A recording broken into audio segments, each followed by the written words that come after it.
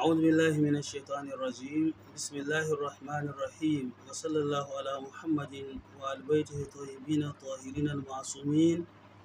الذين أذهب الله عنهم الرجس وطهرهم تطهيرا أما بعد السلام عليكم ورحمة الله تعالى وبركاته. yan uwa mu'mini masu kallon mu da sauraron mu, yau ma Allah ya ƙara haɗa mu a rana ta 22 ga watan Ramadan shekara ta 1446 daidai da 22 ga watan uku shekara ta 2025 a wannan majalisi namu mai albarka, inda muke magana akan biyan buƙatar mumini, ma'ana qada'u hajatul mumin. A yanzu muna babin biyan buƙatar mumini. Insha Allah yau za mu kammala babin, sai kuma ga babi na gaba insha Allah. Hadisin mu na yau daga Abi Abdullah an Abi Ja'far alaihi salam,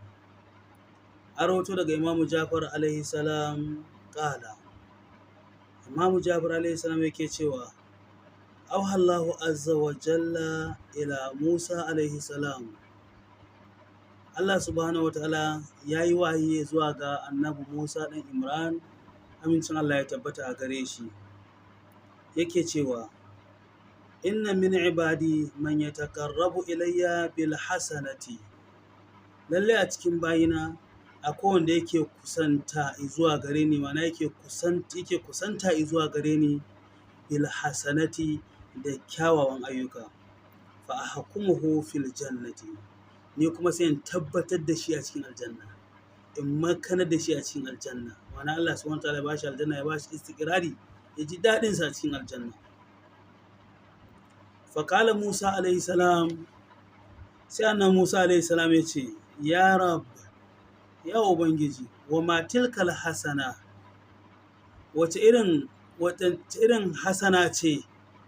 da idan bawanka ya kusance ka da ita za ka makkanar da shi a cikin aljanna, za ka shigar da shi a cikin aljanna, za ka tabbatar da shi a cikin aljanna. Qala Allahu azza wa jal, sai Allah subhanahu wa ta'ala yake cewa yamshi ma akhihi almu'min fi qada'i hajatihi, yana ƙoƙari cikin buƙatar ɗan uwansa mumini, wato yana ƙoƙari yana tafiya tare da ɗan uwansa mumini cikin buƙatar muminin, wato kan buƙatar muminin zai tsaya tsayin daka, ai ta faɗi tashi, ai ta kai kawo har sai buƙatar ta biya. To irin wannan muminin Allah subhanahu wa ta'ala zai shigar da shi cikin aljanna. Sai Allah subhanahu wa ta'ala ya ci gaba da faɗa Musa, qudiyat aw lam taqdi aw lam tuqda, shin buƙatar da ma shi wannan muminin ya tsaya tsayin daka sai buƙatar dan uwansa muminin ta biya, to buƙatar ta biya ko bata biya ba, matukar yayi wannan sa'in tsakaninsa da Allah subhanahu wa ta'ala, to Allah subhanahu wa ta'ala shi kuma zai makkana masa aljanna, Allah zai shigar da shi cikin aljanna. Wato wannan ita ce hasana din da annan Musa ya tambayi Allah subhanahu wa ta'ala, wace irin hasana ce da idan mutum ya nemi kusancinka da wannan hasana din za kuma ka ba shi aljanna. To shine wannan sa'ayi kan buƙatar mumini, ƙoƙari ka dage, ka iya iyawarka, ka yi da gaske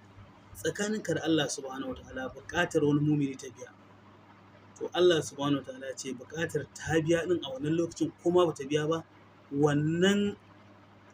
yunkurin da kai tsakaninka da shi Allah subhanahu wa ta'ala, da kyakkyawar zuciya da kyakkyawar niyyar da kai, to sai Allah subhanahu wa ta'ala ya saka maka, musamman kuma ce bukatar ta biya.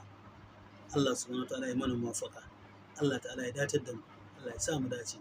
Alƙurman sai da Zahra salamullahi alaiha, Allahumma salli ala Muhammadin wa ali Muhammad wa ajil farajahu.